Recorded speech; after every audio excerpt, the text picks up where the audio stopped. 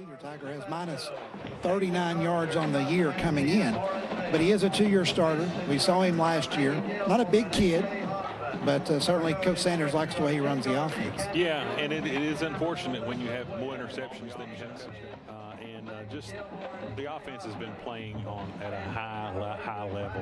And guys, one last thing on Whitson, we hadn't talked about in a while, but Christian talked about that we run a lot of RPOs, pre-snap stuff that basically they leave it in Whitson's hands to look at the defense and get them in the right play.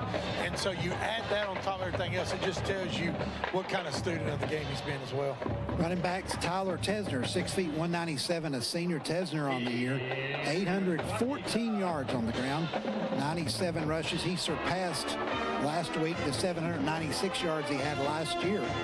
Also has 11 touchdowns, had 241 last week, 4 touchdowns on the ground as well. Armitage now, slow start because of the injury, now at 35 carries, 252 yards and 4 touchdowns for Armitage. So the run game is solid. Second game of the year, Tyler Tesner has been over 200 yards. Wide receivers, Braden Marshall, the 6'4" senior, leads the team with 16 receptions for 387 yards and 5 touchdowns. He's got 229 yards receiving and 4 scores in his last 2 outings. Hayden Shear, second on the team in receptions as well. 12 receptions, 266 yards.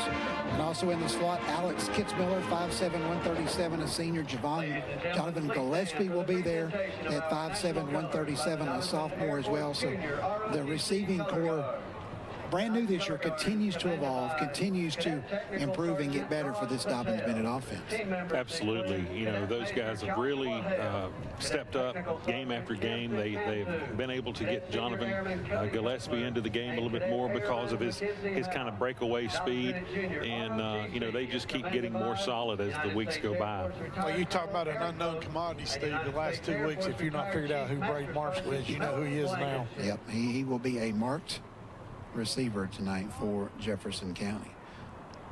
For Farragut. Where are we playing? Marshtown Now, West. please join in a moment of silence to honor our nation's frontline defenders and our men and women in the armed forces stationed throughout the world. Here on ESPN Tri-Cities, Todd's on the field, and we'll capture our national anthem. National anthem.